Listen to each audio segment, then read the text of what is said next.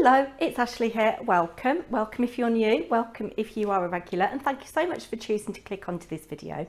I'm here today to film for the year-long Christmas collaboration hosted by Lesley, Bromfield and Jessica Marvel. It is August. Seems odd to be thinking about Christmas in August, doesn't it? And the prompt for this month is food, and I've got a couple of little things, but the first thing we're going to do a little bit of cooking. So I'm just going to pause you and show you what we're going to cook. So Christmas in our house, Boxing Day, it is tradition that we have cherry coke ham.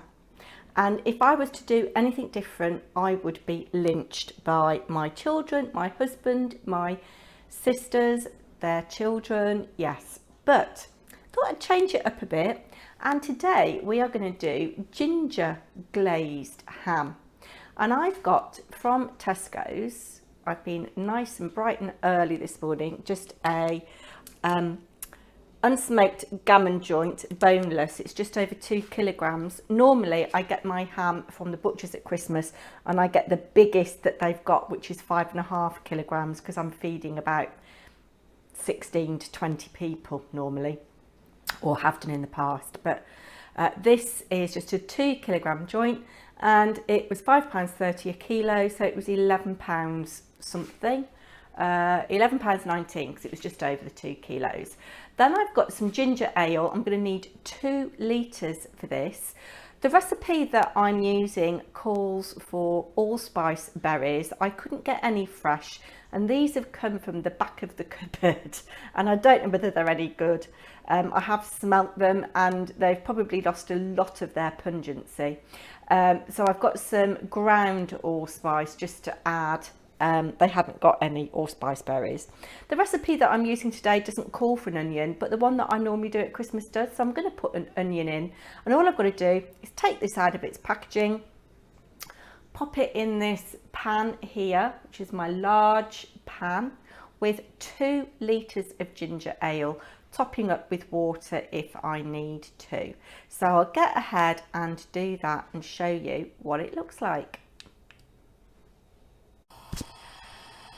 So I needed to add another litre of water really to cover the top of my ham and account for cooking time.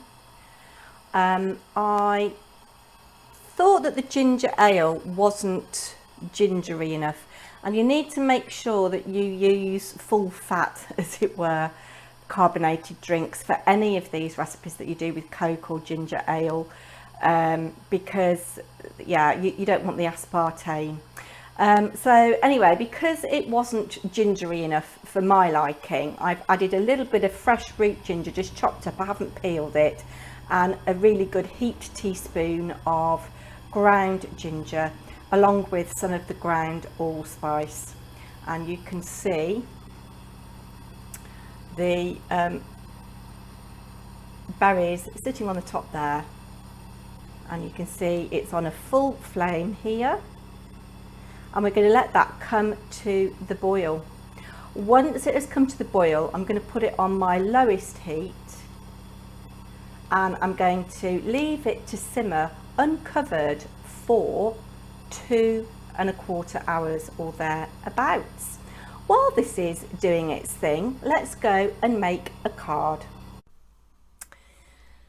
So the ham is bubbling away. They say, oh, watch the pot never boils, don't they? Anyway, I don't have any stamps or dies or stencils to do with Christmas food, but I have got some hunky-dory Christmas paper. This is going in a de-stash, most of it, but I've found a topper sheet,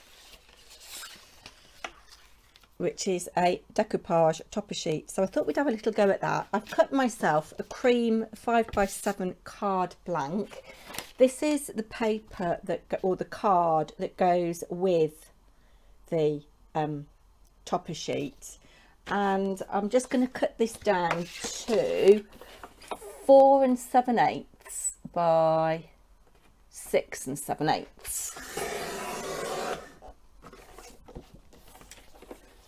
6 7/8. There we go. And that's just going to give a layer with the gingerbread men on the... Oh no, isn't that funny?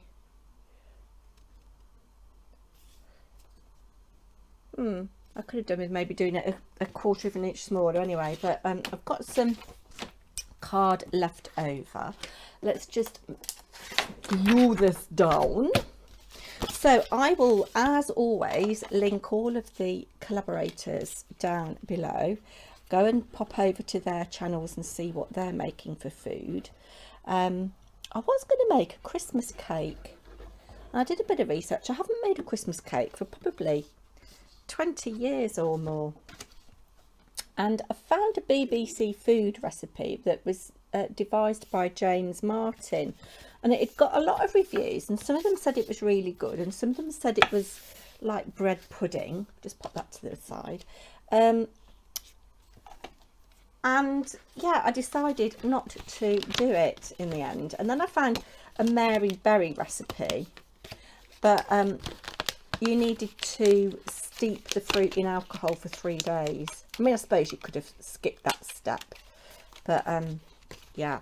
So I'm just popping out all of these layers, and ideally when you're decoupaging, I know lots of people like to use pin flare glue, but I haven't got any. This one's fighting back and doesn't want to come out. There's lots of layers to this. I'm thinking actually my foam pads might be a bit too big. Let's just get all the layers popped out and then we can see what we've got. Yes, I used to use a lot of pin flare glue, but I don't use hunky dory kits very often anymore. I think you know your kind of styles change, don't they? There's a little bit of paper stuck on there, so I'm just gonna get my pokey tool and just scrape that away. Don't know if I've made that worse or better. Oh well, okay, that'll do. And we've got this, but with the weather that we've been having, look, there's a cup of hot chocolate here. With the weather that we've been having, you just really don't want things like that, do you? Right. Got a little sentiment there. We'll keep that for now. Let's have a look and see what we've got. Take these little handle bits out of the cup. Oh dearie me. You know what I'm going to do? I can hear my hand bubbling. What I'm going to do, I'm going to pause you and then I'll come back and put you on fast forward.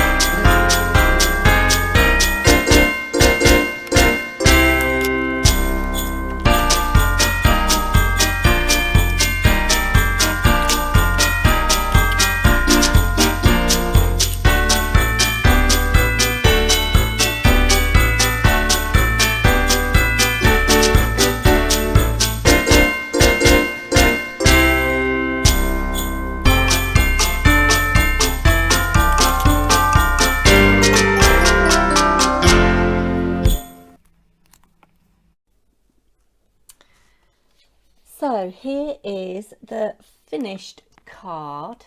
I quite like it actually. It's been a long time since I've done decoupage, and it is very satisfying to do, isn't it? And I had some little bits and pieces left over. In fact, I found a spare base piece floating around in the pack, and I thought I'd do a spinner card.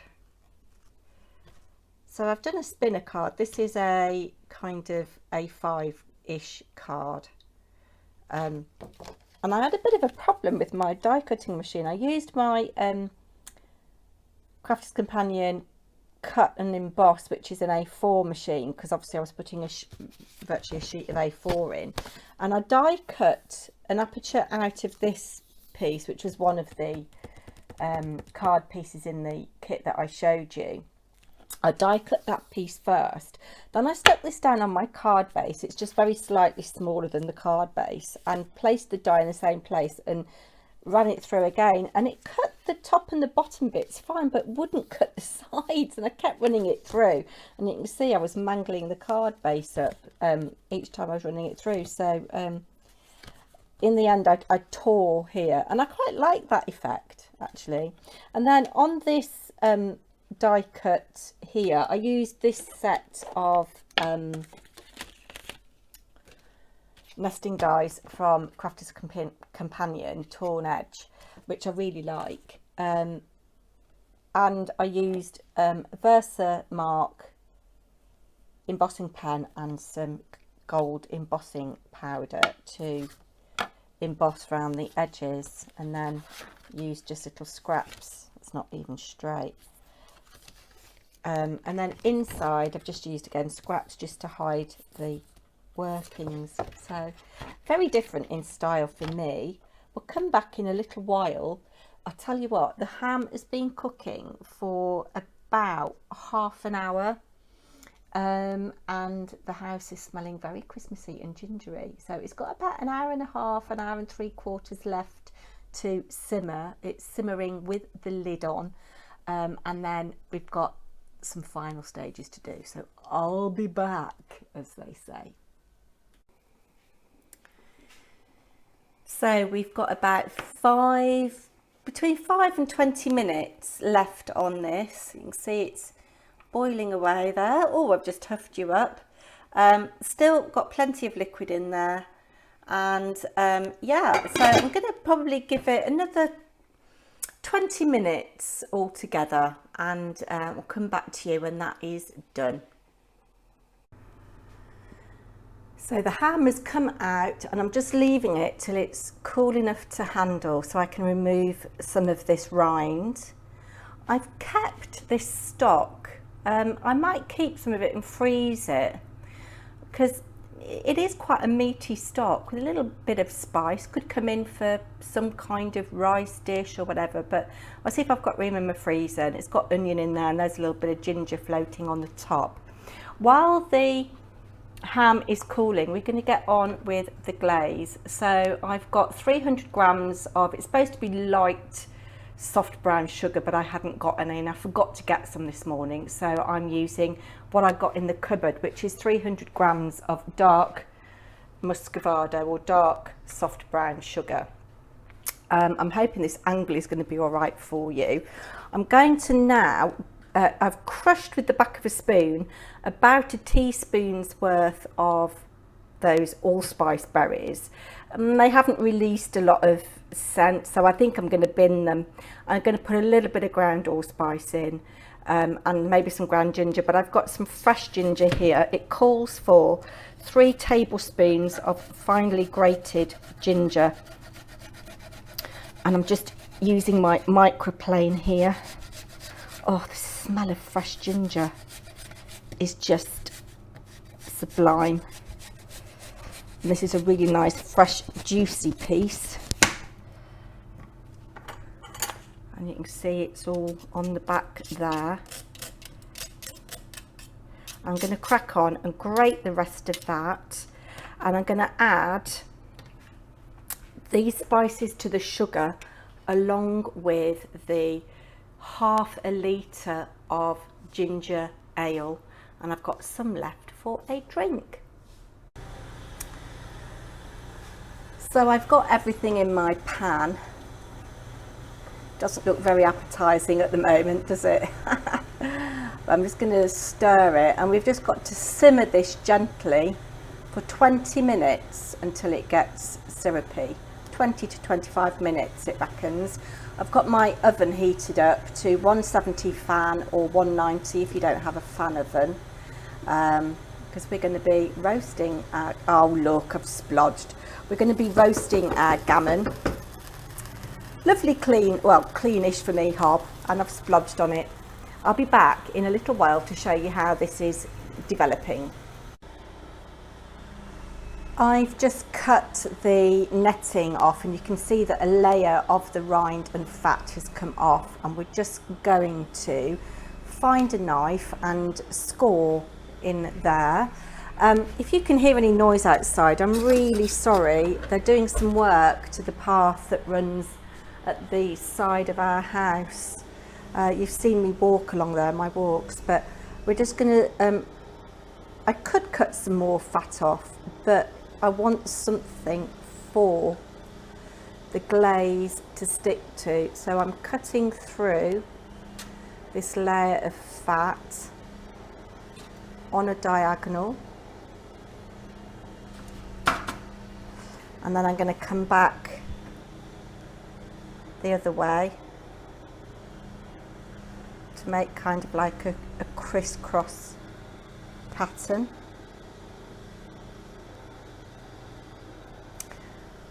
Get the idea.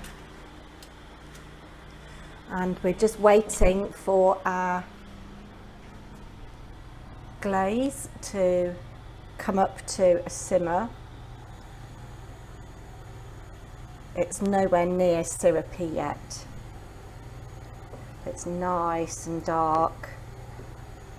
And when it is syrupy, I'm going to taste it. I confess I've added a little bit of powdered allspice, but when it is really syrupy, I'm going to taste it to see if it needs anything else.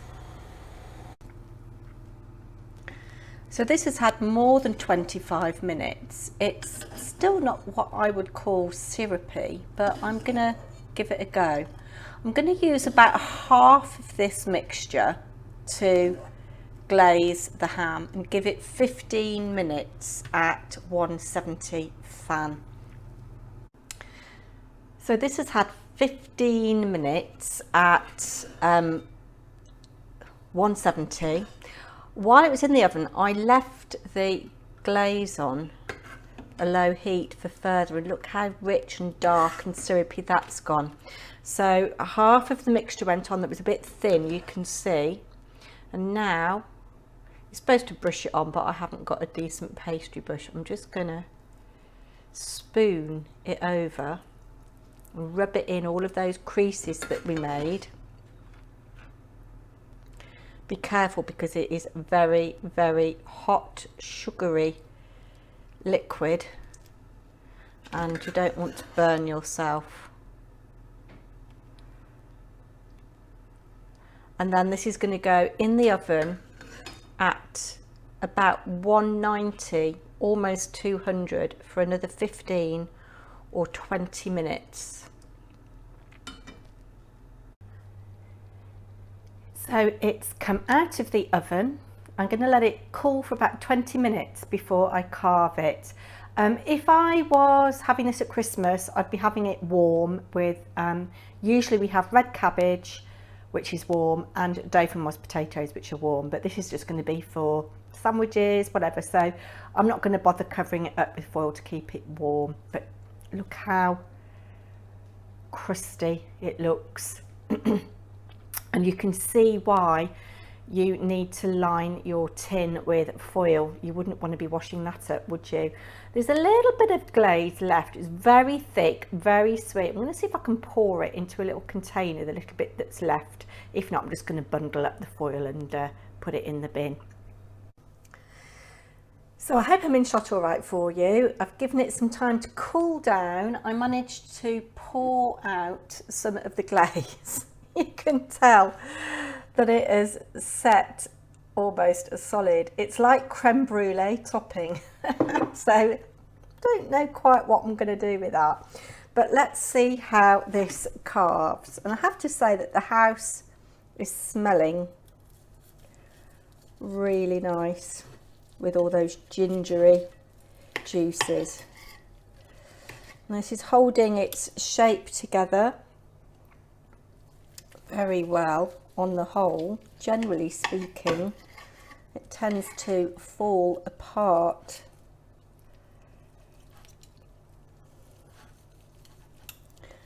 I think I'm going to come back when it's a little bit cooler actually, because it is still falling apart. But let's just look at the lusciousness of that, and we'll do a little taste test. And obviously a little outside bit here. Still very warm. And I'll tell you what I think. It's actually very warm.